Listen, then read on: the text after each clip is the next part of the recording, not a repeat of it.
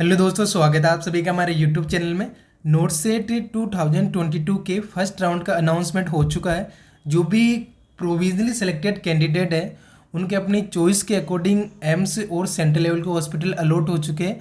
तो सबसे पहले तो कॉन्ग्रेचुलेसन उन सभी कैंडिडेट को जो इस एग्ज़ाम में क्वालिफाई हुए, सिलेक्टेड है। आप बधाई के पात्र हैं, बहुत बहुत बधाई है आपको और आपके पेरेंट्स को जिनके सपनों को आपने साकार किया है।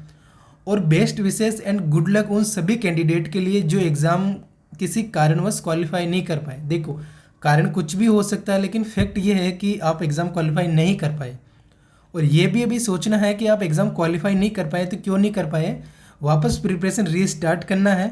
उन सब चीज़ों को लेकर नहीं बैठना है ना। एवरी ईयर अपॉर्चुनिटी आती है। 2022 की तरह 2023 में भी जो नोट सेट है उसका एग्ज़ाम होना है, तो वो अपॉर्चुनिटी आपके सामने है। साथ ही अभी जो वैकेंसी निकली हुई है आरएमएल हॉस्पिटल लखनऊ यूपी की, तो वो भी आपके सामने अपॉर्चुनिटी। तो देखो, अपॉर्चुनिटी बहुत सारी रहती है हमारे सामने, है ना। मैटर ये करता है कि हम उन सब का कैसे बेनिफिट लें, है ना। एक अपॉर्चुनिटी गई थी, दूसरी आपके सामने रेडी है। तो चीज़ों को पकड़ के नहीं बैठना है कि मैं क्वालिफाई नहीं हुआ या नहीं हुई, बस है ना, प्रिपरेशन करते रहना है और अपने सपनों की तरफ बढ़ते रहना। आपके सपनों को आप ही साकार करेंगे, कोई और नहीं आएगा। तो प्रिपरेशन करते रहना।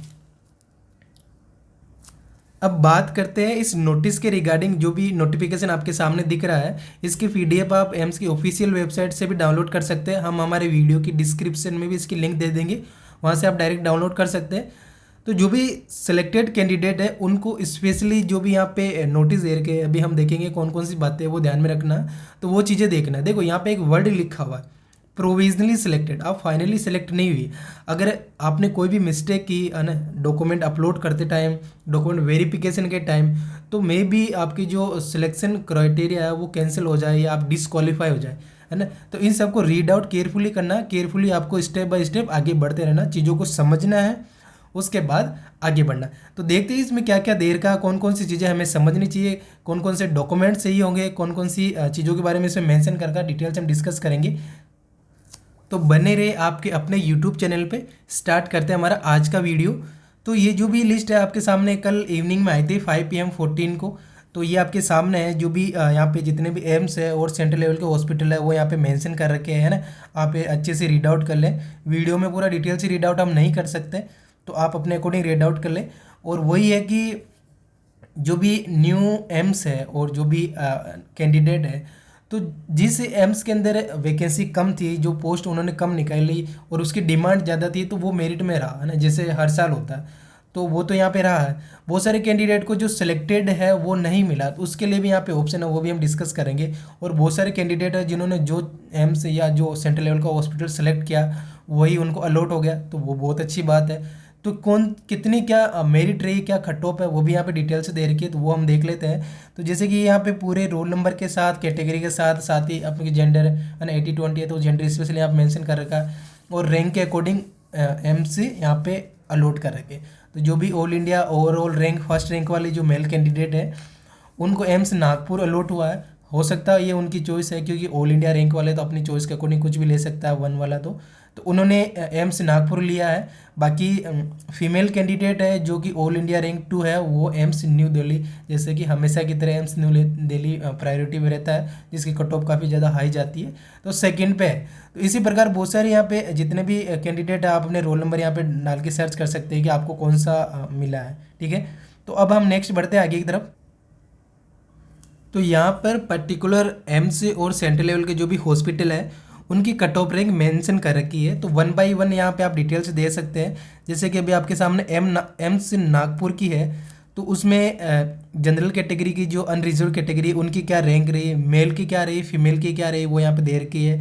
ओबीसी की क्या है, ईडब्ल्यूएस की क्या है, एससी एसटी की क्या, तो वो सारी यहाँ पे जो भी वन बाय वन है जितने भी एम्स है उन सबके मेंशन करेंगे। यहाँ पे नेक्स्ट आप देखेंगे तो आपको यहाँ पे एम्स न्यू दिल्ली की दिखेगी, उसके बाद में एम्स ऋषिकेश की, एम्स कल्याणी की, है ना। तो जितने भी एम्स और सेंट्रल लेवल के हॉस्पिटल है उन सबकी यहाँ पे विथ कट ऑफ और विथ कैटेगरी मेल और फीमेल भी यहाँ पे अलग से मेंशन कर दिया, क्योंकि 80-20 अप्लाइड है इस वैकेंसी में भी। तो उसके अकॉर्डिंग यहाँ पे कट ऑफ क्राइटेरिया दे रखा है। तो आप वो डिटेल से देख सकते हैं, क्योंकि हम डिटेल से डिस्कस नहीं करें हमारा वीडियो काफ़ी लेंदी हो जाएगा। मेन मेन जो चीज़ें हैं वो हम डिस्कस कर लेते हैं। जो इंपॉर्टेंट इन्फॉर्मेशंस है वो आपके सामने आ गई है, तो उनको हम एक बार डिस्कस कर लेते हैं। तो यहाँ पे बहुत सारी नोटिस इन्फॉर्मेशन दे रखी है जो कि हमारे इंडियन गवर्नमेंट के जो नॉर्म्स होते हैं और जो हमारा कॉन्स्टिट्यूशन है उसके अकॉर्डिंग बहुत सारे इंपॉर्टेंट पॉइंट दे रखे हैं। तो वो आप वन बाय वन यहाँ पे रीड आउट कर सकते हैं। बाकी हम जो मेन पॉइंट है वही यहाँ पे डिस्कस करेंगे। तो 7th नंबर का जो पॉइंट लिखा हुआ है, तो इस पॉइंट में ये मेंशन कर रखा है जो भी कैंडिडेट प्रोविजनली सिलेक्टेड है उनको अपनी जो भी लॉगिन आईडी है उसके थ्रू लॉगिन करना है अपने पेज पे, जो भी एम्स का ऑफिशियल साइट है वहाँ पे लॉगिन करना है। लॉगिन करने के बाद में जो भी आपको एम्स अलॉट हुआ है उसको आपको एक्सेप्ट करना। एक्सेप्ट करने की यहाँ पे 2 कंडीशन दे रखी है, वन बाय वन हम डिस्कस करेंगे। तो उसको एक्सेप्ट करना है और एक्सेप्ट करने के बाद जो भी डॉक्यूमेंट्स है ओरिजिनल वाले यहाँ पे स्पेशल मेंशन कर रखा अपलोड करना है और कलर कॉपी उनकी स्कैन होनी चाहिए ना। ये बहुत सारे स्टूडेंट को डाउट रहता है, तो कलर कॉपी यहाँ पे स्कैन होना चाहिए और वो ओरिजिनल डॉक्यूमेंट होने चाहिए सारे, वो ही आपको यहाँ पे अपलोड करना। कौन कौन से डॉक्यूमेंट यहाँ पे चाहिए वो यहाँ पे लिस्ट दे रखी है, वो भी हम डिस्कस करेंगे। तो ये चीज़ आपको याद रखना। साथ ही इसकी जो डेट दे रखी है वो 17 अक्टूबर 22 लास्ट डेट है ना, ये चीज़ स्पेशली याद रखना। कल से स्टार्ट हो चुके हैं 14, कल इवनिंग से स्टार्ट, कल इवनिंग 5 बजे के आसपास ये नोटिफिकेशन आया था। हम थोड़ा लेट हो गए कुछ ड्यूटी शेड्यूल की वजह से, लेकिन अभी 17 तक आप ये जो भी डॉक्यूमेंट्स है वो अपलोड कर सकते हैं। तो 17 तक कर दे डॉक्यूमेंट अपलोड, नहीं तो बाद में अगर डिले हो जाता तो आपका कैंसिलेशन माना जाएगा। तो ये स्पेशल चीज़ आपको याद रखना, 70 तक रहेगा। कलर कॉपी आपको स्कैन करना है और जो भी आपका चॉइस फिलिंग है उसको एक्सेप्ट करना है, ठीक है। अब एक्सेप्ट करने के यहाँ पे 2 कंडीशन अप्लाई कर रखी है। वो 2 कंडीशन कौन कौन सी है वो कंडीशन हम देख लेते हैं और कंडीशन में अलग से फिर से क्या चीज़ मेंशन कर रखी है। तो पहली कंडीशन तो आपके सामने ये है कि जो भी आपने जब चॉइस फिलिंग ओपन हुआ था उस टाइम जो भी आपने इंस्टीट्यूट एम्स या जो भी हॉस्पिटल जो सेंट्रल लेवल का है वो आपने यहाँ पे अप्लाई किया, वो आपको अलॉट हो चुका है। और आप अब सेकंड राउंड, जो सेकंड राउंड हम बोले या वेटिंग लिस्ट हम बोलना चाहे तो सिंपल रहेगा, तो उसमें आप पार्टिसिपेट नहीं करना चाहते, आप इससे सेटिस्फाइड है, तो आप ऑप्शन नंबर फर्स्ट सेलेक्ट करें और आगे बढ़ जाए। तो फर्स्ट ऑप्शन तो उन कैंडिडेट के लिए है जो प्रोविजनली सेलेक्ट हुए और उनको अपनी इच्छा के अकॉर्डिंग जो भी एम्स है हॉस्पिटल है वो अलॉट हो चुका है। सेकंड ऑप्शन उनके लिए है, यहाँ पे जैसे कि मेंशन कर रखा है उन कैंडिडेट के लिए है। ऑप्शन 2 उन कैंडिडेट के लिए है जो अपने जो भी चॉइस फिलिंग की है उसमें वो कुछ अपग्रेडेशन चाहते हैं। दैट मीन्स कि जो उन्होंने चॉइस किया प्रायोरिटी पे वो उनको नहीं मिल के कुछ अलग मिला है, तो वो अपग्रेडेशन के लिए भी यहाँ पे आपको चांस दिया गया है कि जब भी सेकेंड राउंड आएगा अगर वहाँ पे कई जो भी आपका एम्स है या जो भी हॉस्पिटल है अगर उसमें आपकी सीट अगर वैकेंट होती है जो आपने फाइल किया है तो वहाँ पे आपको अपग्रेड कर दिया जाएगा ना। ये पॉसिबिलिटी है, श्योर नहीं है। अगर कोई कैंडिडेट वहाँ ज्वाइन नहीं करता तो उनकी जो पोस्ट है वो वैकेंट रहेगी, उस वैकेंट पे आपको ले लिया जाएगा according to your rank wise. ये चीज़ भी आपको याद रखना। तो ये एक और ऑप्शन है आपके सामने। तो सेकंड वाला ऑप्शन सेलेक्ट करने से पहले बहुत सारी कंडीशंस है, वो क्या क्या कंडीशन है वो एक बार आपको समझना बहुत ज़्यादा ज़रूरी है। तो वो कंडीशन समझे उसके बाद ही आपको सेकंड सेलेक्ट करना, नहीं तो आपका जो फर्स्ट वाला ऑप्शन है वो ही माना जाएगा। तो कौन कौन सी यहाँ पे कंडीशंस है वो हम देख लेते हैं, वन बाय वन यहाँ पे दे रखी है। तो फर्स्ट पॉइंट तो यहाँ पे यही लिखा हुआ है कि अगर कैंडिडेट जो ऑप्शन नंबर 1 और ऑप्शन नंबर 2 में से कोई सा भी एक्सेप्ट नहीं करता है, कुछ भी नहीं करता है, तो उसकी जो भी कैंडिडेचर है वो क्या कैंसिल मानी जाएगी ना। यहाँ पे डायरेक्ट लिखा हुआ है, ये चीज़ आपको ध्यान भी रखना है। अगर आप रिफ्यूज़ल मतलब कुछ भी एक्शन नहीं लेते, एक्सेप्ट नहीं करते, तो एज ए रिफ्यूज़ल वो कंसिडर किया जाएगा, कैंसिल्ड माना जाएगा, फिर आपकी जो भी कैंडिडेचर है वो कैंसिल हो जाएगी, आप इस वैकेंसी से बाहर हो जाएंगे। तो ये मस्ट है कि आपको ऑप्शन नंबर ए या बी आपको एक्सेप्ट करना ही है। अब जो candidate option number B select करते हैं उनके लिए यहाँ पे स्पेशल मेंशन कर रखा है कि आपको जो आपकी हायर रैंक वाला, जैसे अब एग्जांपल लेते हैं कि आपने दिल्ली एम्स लगाया, उसके बाद में ऋषिकेश एम्स लगाया और आपको ऋषिकेश एम्स अलॉट हुआ, लेकिन आप चाहते हैं कि मुझे दिल्ली एम्स अलॉट हो, तो ही आपको अलॉट होगा। ऐसा नहीं है कि आपने दिल्ली एम्स लगाया प्रायोरिटी पे, सेकंड पे ऋषिकेश है और थर्ड पे आपने रायपुर एम्स लगाया। अब आपको भोपाल मिला, आप जाना चाहते हैं रायपुर, तो लोअर जो रैंक वाला है, लोअर आपका प्रेफरेंस वाला, वो आपको नहीं मिलेगा। आपको ओनली हायर प्रेफरेंस वाला ही सेकंड राउंड में अपग्रेड हो सकता है, वो ही आपको मिल सकता है। तो ये भी एक स्पेशल कंडीशन है, वो आप देखें कि आपने चॉइस फिलिंग के दौरान कौन सा एम्स कौन सा हॉस्पिटल वहाँ पे लगाया था और उससे हायर वाला आप चाहते हैं तो वो आपको मिलेगा। वैसे बेसिक सी चीज़ है, हायर वाला ही चाहेंगे, लेकिन एक कंडीशन यहाँ पे मेंशन कर दी है ऑप्शन नंबर 2 में, तो ये चीज़ भी आपको याद रखना है। नेक्स्ट पॉइंट यहाँ पे दे रखा है सेंट्रल गवर्नमेंट हॉस्पिटल से रिलेटेड 2 कंडीशन यहाँ पे स्पेशल दे रखी है। पहली कंडीशन तो ये है कि अगर आपको सेंट्रल गवर्नमेंट का हॉस्पिटल अलॉट हुआ है और अगर आप नेक्स्ट राउंड में कोई और सेंट्रल गवर्नमेंट का हॉस्पिटल चाहते हैं, जो भी यहाँ पे 4 सेंट्रल गवर्नमेंट का हॉस्पिटल है, तो वो आपको नहीं मिलेगा। आपको अपग्रेडेशन में एम्स के हॉस्पिटल ही मिल सकते हैं अगर आप चाहते हैं हायर रैंक वाले। तो पहली कंडीशन तो ये कि अगर आपको सेंट्रल लेवल का कोई भी हॉस्पिटल मिला तो वो ही आपको मिलेगा, नेक्स्ट सेंट्रल लेवल का हॉस्पिटल आपको नहीं मिलेगा। और सेकंड कंडीशन यहाँ पे ये है कि जब आपने चॉइस फाइल किया था, उस चॉइस फाइल के दौरान अगर आपने only and only central government के हॉस्पिटल की चॉइस फाइल की है तो आप सेकंड राउंड में एलिजिबल नहीं होते किसी एम्स के लिए या किसी भी सेंट्रल लेवल का हॉस्पिटल के लिए। तो आपको लिए ऑप्शन नंबर 1 ही बेटर है कि आप वो एक्सेप्ट करके आगे बढ़े। तो सेंट्रल गवर्नमेंट के हॉस्पिटल के लिए यहाँ पे 2 कंडीशन अप्लाई कर रखी है, थोड़ा डिटेल से समझे और इन चीज़ों को अच्छे से रीड आउट करने के बाद ही कुछ एक्शन ले, है ना। क्योंकि यहाँ पे कुछ भी अगर आप बाय फॉल्ट करते हैं तो वो आपके लिए फ्यूचर में मिस्टेक हो सकता है ना, प्रॉब्लम क्रिएट कर सकता है। क्योंकि इतनी मुश्किलों से इतने स्ट्रगल करके आप क्वालिफाई कर पाए, एग्ज़ाम में आप सेलेक्ट हो पाए और यहाँ पे कुछ मिस्टेक करके अगर आपके लिए कुछ प्रॉब्लम आए तो ये बड़ी बात होगी। तो चीज़ों को ठीक से पढ़े, ठीक से समझे और उसके बाद 1 बाय 1 स्टेप ले। इसलिए हमारा ये वीडियो थोड़ा लेंथी हो रहा है। हम जितना आपको समझाना चाह रहे हैं उतनी कोशिश कर रहे हैं। बाकी आप अपने बिहाफ पर भी एक बार PDF अच्छे से रीड आउट करें, उसको समझें और उसके बाद ही एक्शन लें। नेक्स्ट पॉइंट यहाँ पे स्पेशली मेंशन कर रखा है कि जो कैंडिडेट ऑप्शन नंबर 2 सेलेक्ट करता है उससे एज ए सिक्योरिटी डिपॉजिट 25,000 यहाँ से लिया जाएगा। ठीक है, वो रिफंडेबल है। रिफंडेबल एक ही कंडीशन में है, जो चीज़ आप सेलेक्ट करते हैं उस पर आप अगर वही एम्स आप ज्वाइन करते हैं ना, कोई एम्स है या सेंट्रल लेवल का हॉस्पिटल कंडीशन आ रही तो वो है जो आप सेलेक्ट करते हैं, जो आपको अलॉट हो, अगर वही आप ज्वाइन करते हैं सेकंड राउंड में तो आपको ये रिफंड होगा, अदरवाइज वो रिफंड नहीं होगा। ये चीज़ भी आपको याद है। ऐसा नहीं है कि आपने सेकेंड राउंड में सेलेक्ट करके छोड़ दिया और आपने ज्वाइन ही नहीं किया या आपने फर्स्ट राउंड वाला ज्वाइन कर लिया वो तो फिर वो आपको रिफंड नहीं होना। तो ये कुछ कुछ कंडीशंस है आपको देखना है। 25,000 यहाँ पे एज ए सिक्योरिटी डिपॉजिट जमा कराना होगा, वो आपको रिफंड हो जाएगा आपके ज्वाइनिंग के टाइम के दौरान। नेक्स्ट पॉइंट यहाँ पे मेंशन कर रखा है कि यहाँ पे कोई चेंजेस का ऑप्शन आपको नहीं मिलेगा 17 के बाद में। तो जो भी करना है अच्छे से केयरफुली करें, यहाँ पे करेक्शन का टाइम नहीं दिया जाता है। तो ये पॉइंट भी यहाँ पे स्पेशली मेंशन कर रखा है, इस चीज़ को भी आप ध्यान रखें, है ना। यहाँ पे लिखा हुआ है exercise options carefully as no changes is allowed after closing date. तो ये चीज़ भी आपको स्पेशली ध्यान रखना।